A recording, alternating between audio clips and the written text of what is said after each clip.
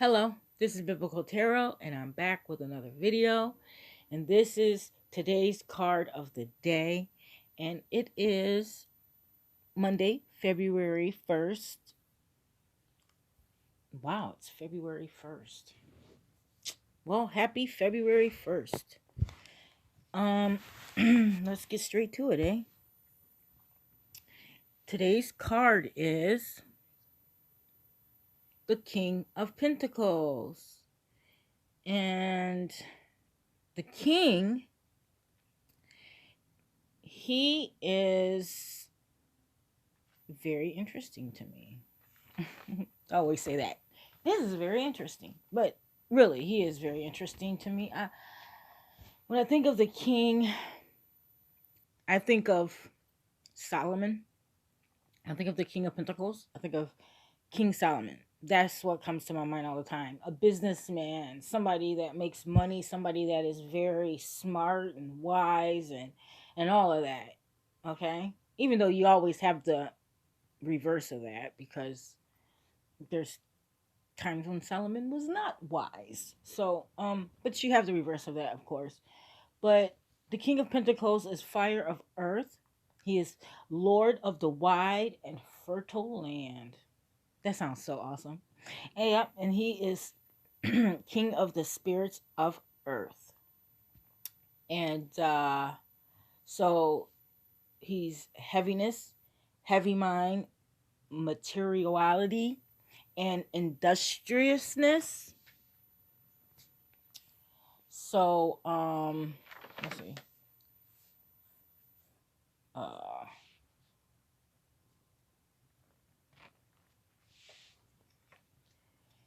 All right. So he makes me think of the King Solomon, and when we have the Queen of Pentacles, she makes me think, I think of Queen of Sheba, you know, and I just think of the pair, and I think of the story, and I go all into the romanticized version there, but really it's interesting. Let's see. The Queen of Sheba, whose name is not stated, came to Jerusalem with a very great retinue, with camels bearing spices and very much gold and precious stones. Never again came such an abundance of spices as those she gave to Solomon. She came to prove with hard questions, which Solomon answered to her satisfaction. They exchanged gifts, after which she returned to her land. So that was interesting. It says virtually all modern scholars agree that Sheba was the South Arabian kingdom of Saba, centered around the oasis of whatever that word is in present day Yemen. Okay, but I'm going to go down further anyways to the Ethiopian. That was what? Biblical. We'll go Ethiopian. The fullest and most significant version of the legend appears in the Kibra Nagast. I loved it. I love reading that, even though it's kind of long-winded. It is so beautiful. Oh my God, it's so beautiful. The Ethiopian National Saga, translated from Arabic in 1322. Here, Menelik the First is the child of Solomon and Makeda, the Ethiopic name for Queen of Sheba, from whom the Ethiopian dynasty claims descendant to the present day. While the Abyssinian story offers much greater detail, it omits any mention of the queen's hairy legs or any other element that might reflect on her unfavorably. Based on the Gospels of Matthew and Luke, the Queen of the South is claimed to be the Queen of Ethiopia. In those times, King Solomon sought merchants from all over the world in order to buy materials for the building of the temple. Among them was Tamrin, great merchant of Queen of Makeda of Ethiopia. Having returned to Ethiopia, Tamrin told the queen of the wonderful things he had seen in Jerusalem and of Solomon's wisdom and generosity, whereupon she decided to visit Solomon. She was warmly welcomed, given a palace for dwelling, and received great gifts every day. Solomon and Makeda spoke with great wisdom, and instructed by him, she converted to Judaism. Before she left, there was a great feast in the king's palace. Makeda stayed in the palace overnight after Solomon had sworn that he would not do her any harm, while she swore in return that she would not steal from him. Okay, why would she steal from him? She brought all that stuff to him. Okay, but anyways, as the meals as the meals had been spicy, I'm pretty sure that has some kind of spiritual value. I'm pretty sure because as the meals had been spicy, Makeda awoke thirsty at night and went to drink some water. When Solomon appeared, reminding her of her oath, she answered, "Ignore your oath, just let me drink water." The same night, that same night, Solomon had a dream about the sun rising. Oh, wait. When Solomon appeared, reminding her of her oath, she answered, "Ignore your oath, just let me drink water." That same night, Solomon had a dream about the sun rising over Israel. But being mistreated and despised by the Jews, the sun moved to shine over Ethiopia and Rome. Solomon gave Makeda a ring as a token of faith, and then she left.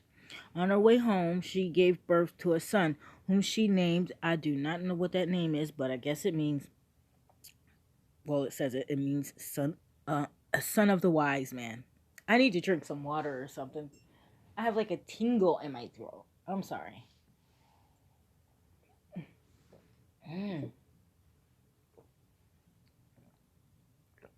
Okay, so she named her son of the wise man, later called Menelik. After the boy had grown up in Ethiopia, he went to Jerusalem carrying the ring and was received with great honors. The king and the people tried in vain to persuade him to stay. Solomon gathered his nobles and announced that he would send his firstborn son to Ethiopia together with his firstborns. He added that he was expecting a third son who would marry the king of Rome's daughter and reign over Rome, so that the entire world would be ruled by David's descendants. Then his son was anointed king by Zadok the high priest and took the name David. The firstborn nobles who followed him are named, and even today some Ethiopian families claim their ancestry from them. Prior to leaving, the priest's sons had stolen the Ark of the Covenant. After their leaders had offered a sacrifice as commanded by one God's angel, with much wailing, the procession left Jerusalem on a wind cart led and carried by the archangel Michael. Having arrived at the Red Sea, Azarias revealed to the people that the ark is with them. David prayed to the ark, and the people rejoiced, singing, dancing, blowing horns and flutes, and beating drums. Even though they said David, that's not David. That's Solomon's son, whose name is now David. Okay, they're calling him David. The ark showed his miraculous powers during the crossing of the stormy sea, and all that arrived unscathed. When Solomon learned that the ark had been stolen, he sent a horseman after the thieves and even gave chase himself, but neither could catch them. Solomon returned to Jerusalem and gave orders to the priests to remain silent about the theft and to place a copy of the ark in the temple, so that the foreign nations could not say that Israel had lost its fame. That's interesting. because I always see those freaking shows on the the History Channel, was it? Or I used to, because I don't watch that stuff no more. But I'd always see them in Ethiopia talking about the Ark of the Covenant, and there'd be, these Ethiopian priests, and they're like, there's like this building, and they're like guarding the building. I didn't really see like guns or anything, but they probably didn't have guns, but they were like guarding it. They just looked at like regular, like, religious priests, African priests. But I guess the ark is supposed to be in there, and I wonder why nobody's ever like went in there to see, like, is it actually in there? I don't know. I have no idea, but I find that interesting. Yeah, yeah, but that's what I always think about when I see the King of Pentacles is Solomon, the story of Solomon and Queen of Sheba. When I see the Queen of Pentacles, because I don't know, she's my favorite out of all the queens, is the Queen of Pentacles. So, and plus she also reminds me of the elect lady, or no, not really the elect lady. The what is it? Is it Proverbs 31? Yeah, it's Proverbs 31.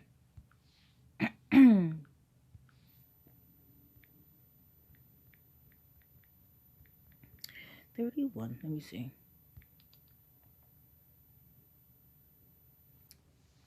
I got it here. Even though it's King James Version. And she is the virtuous woman. Where does this start? Who can find a virtuous woman? For her price is far above rubies. Wait, let me see. Let me take you back here. She's all the way down at the bottom. She's the last queen.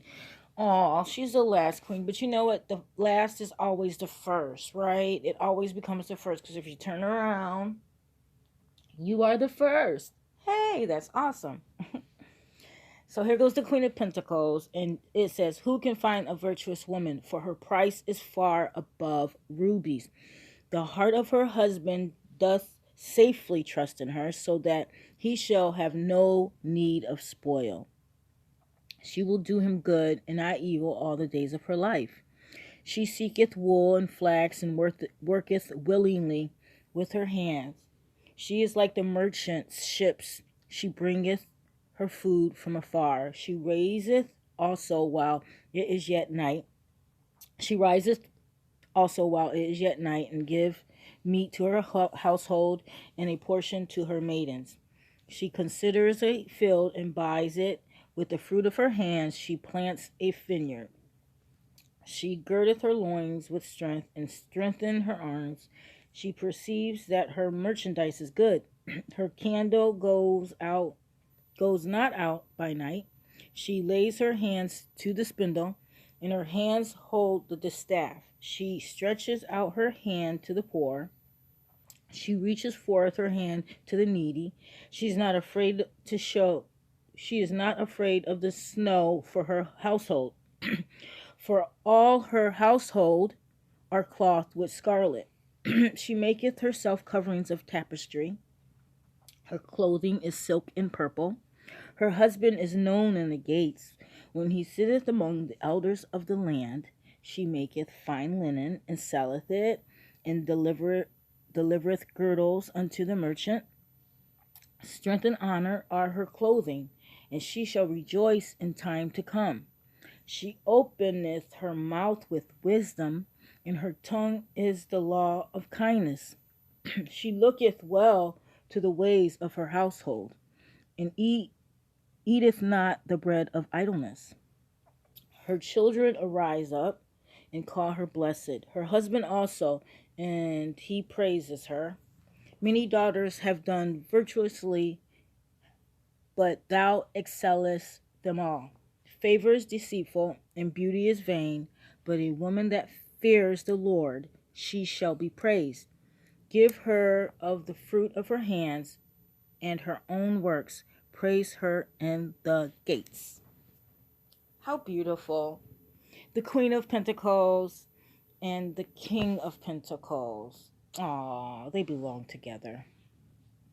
I know, I'm just so corny. It's okay. I guess I'm gonna go, guys. I just wanted to do another one today, and so keep on going. Each day I'll do a card of the day and tell you how I feel about it. And I'm gonna meditate on the King of Pentacles today and see where he fits in my life right now, because that's a meditation there. Gotta think about it. I guess I'm gonna go. I gotta get ready for work. I love you. Goodbye.